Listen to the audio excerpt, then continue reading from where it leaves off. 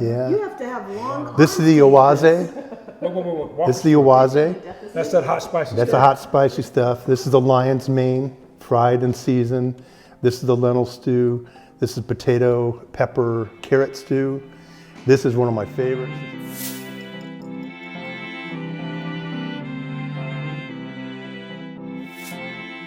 Hey, Ken. Hey, Curtis. Thanks for having me here tonight. Now, so where's this lovely kitchen? Whose house are we hanging out at? So this is John and Lisa with our friend Lorna.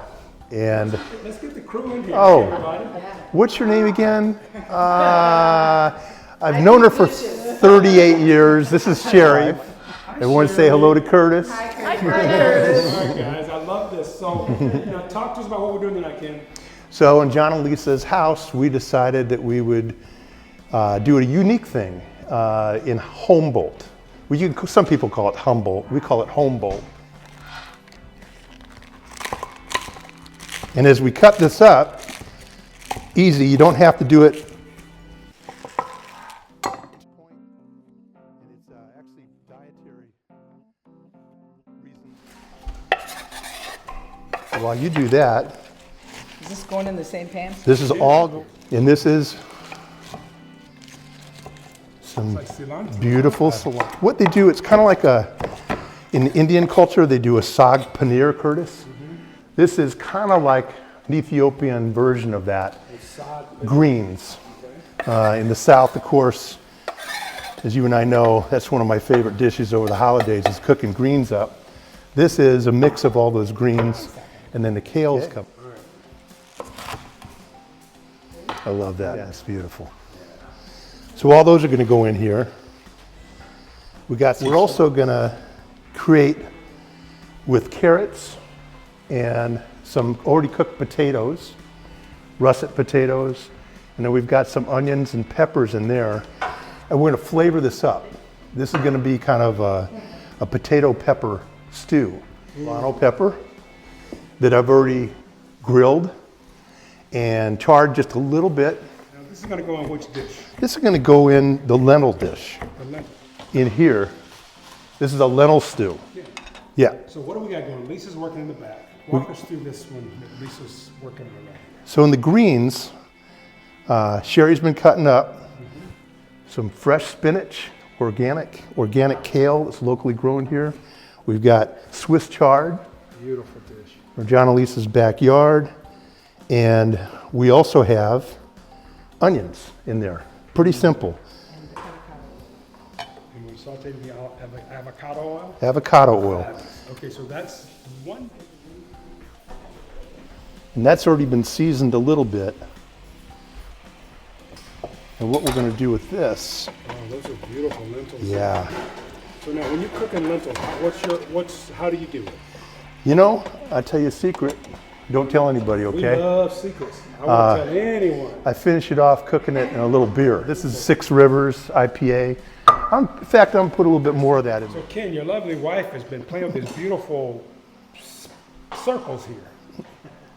What is that, bro? That's a injera. That's like an Ethiopian bread. You know, when you had me go pick that up, I thought I was going to find a spice.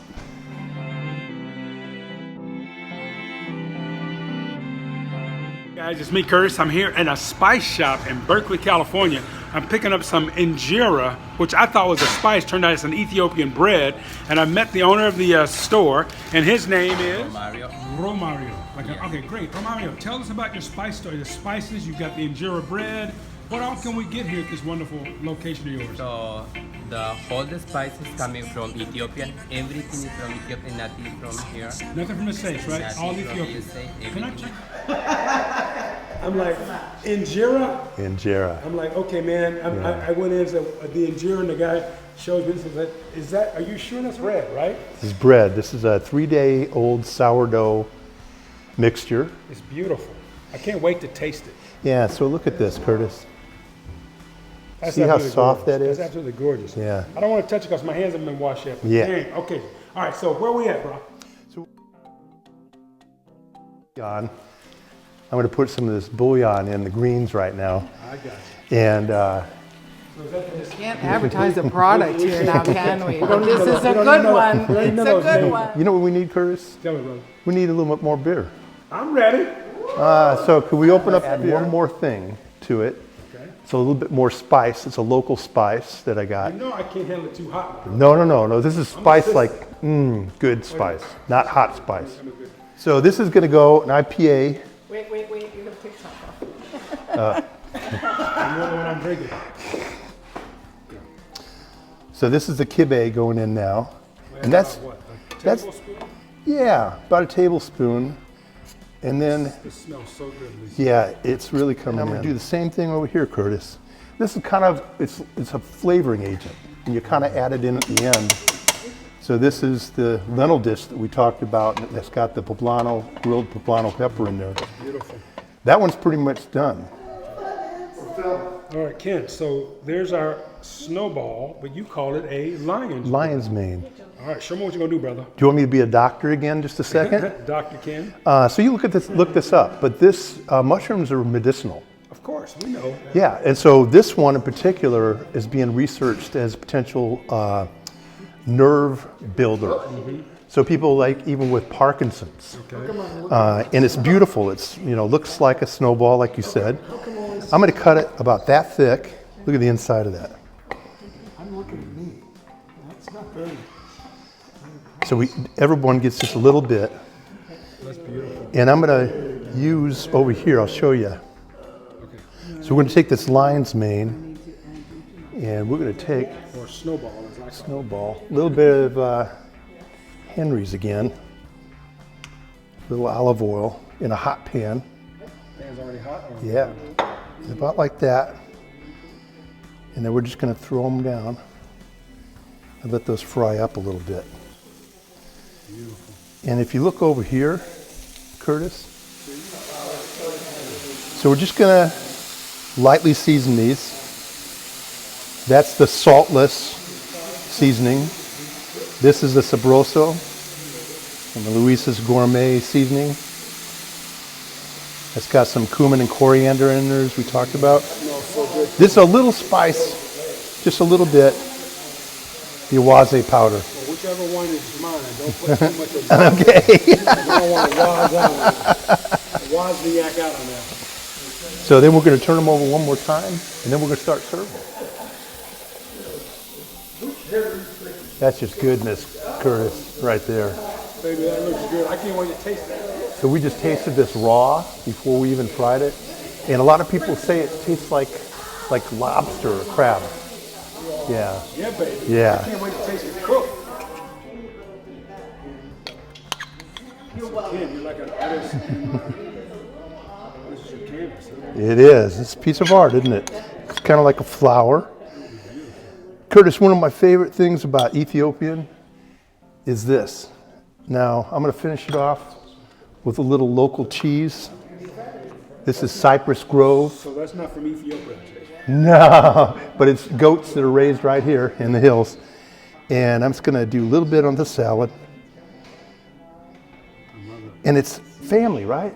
Yeah. This is family. This is what a family meal looks like. And the coolest part is about to come. We're gonna eat this together. Yeah, I'm looking forward. And you eat it special.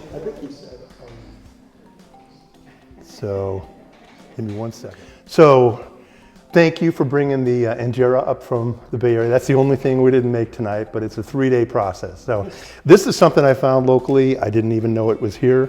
It's a Teflon rice wraps. So this was your backup in case we couldn't find the injera? Yeah, because it's made with teff flour, like the injera is. And so it's rye. This is gluten-free. This is gluten-free. So. Yeah, but I want all the gluten I can get, bro. Gluten, yeah. I want the gluten while the gluten is good.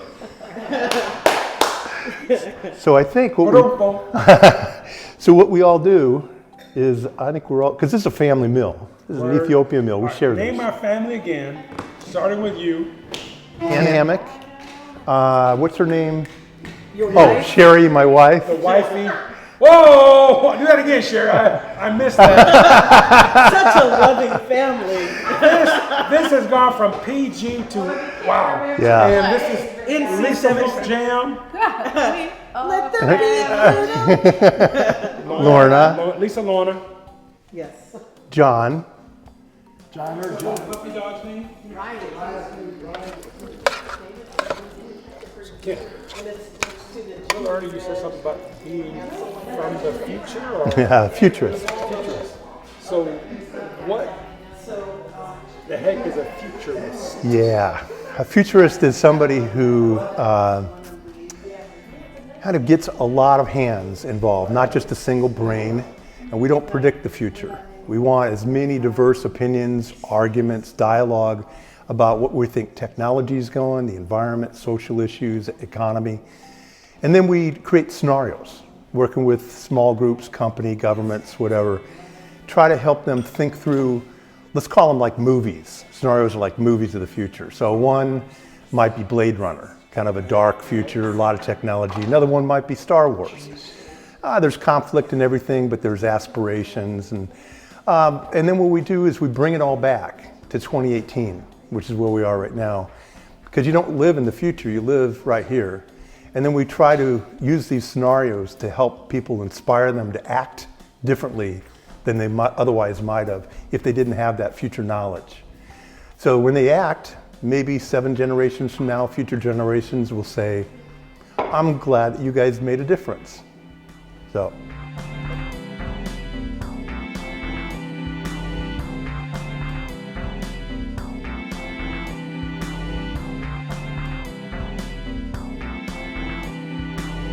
We've known each other a long time, and our friendship has grown. And I think it's continuing to grow and evolve. And so I met you on an airplane. We hung out in Berkeley when our kids were babies. We went to the Ferris wheel, right? Yeah. What was that park?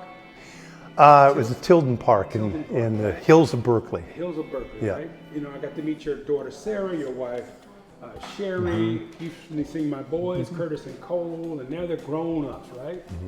And here we are in Humboldt. Or Humboldt. But it's really Humboldt County. Humboldt right? County. How did you end up in Humboldt County? I'm a futurist. So literally, I realized what was going to happen with an agriculture up here, and I felt like we really needed to think this through before laws were passed and policies were put into effect and regulations, and to really protect the environment. So I've been working with farmers up here to provide for their families, but also to develop sustainable practices so that, you know, the earth is protected. And also economic development. So people watching this on the YouTube, because I'm really trying to build this thing. I mean, this is 365 days of the YouTube channel, and I'm glad to have you and Sherry a part of it, and your friends here tonight. It comes to mind, like, you and I are very similar in the fact that we build community, or we're part of the community we're in. And so share with the folks watching this how you've gone about meeting people like John and Lisa, and how did you meet these folks? It's a small community, Humboldt. Right. And if you have integrity and maybe orange shoes. Orange shoes. Wait a minute, you're a Giant fan. I'm not. Yeah, that's okay. You can get orange shoes anytime. I'll buy them for you. I'm wearing an orange shirt. I got an orange shirt too. Well, but seriously though, Lisa and John, this is my second time visiting them, and I fell in love with them too when I met them. So how did you meet them? Where did you guys? John and I met at a Warriors game. Seriously? Met at a Warriors game Boogie at Six Rivers, where we're serving the beer tonight. I love Six Rivers Brewery. Okay, Yeah. Cool. So John, what do you think of this dude cooking dinner tonight? I like Ken. You like him? Okay, good. He's got good knowledge. Sherry, we're not going to ask you because you have a biased opinion. I do. Yes. I was just wondering how much John likes Ken. Ah! That's it. All right, brother. How close are we to dinner time? We are close. We're going to do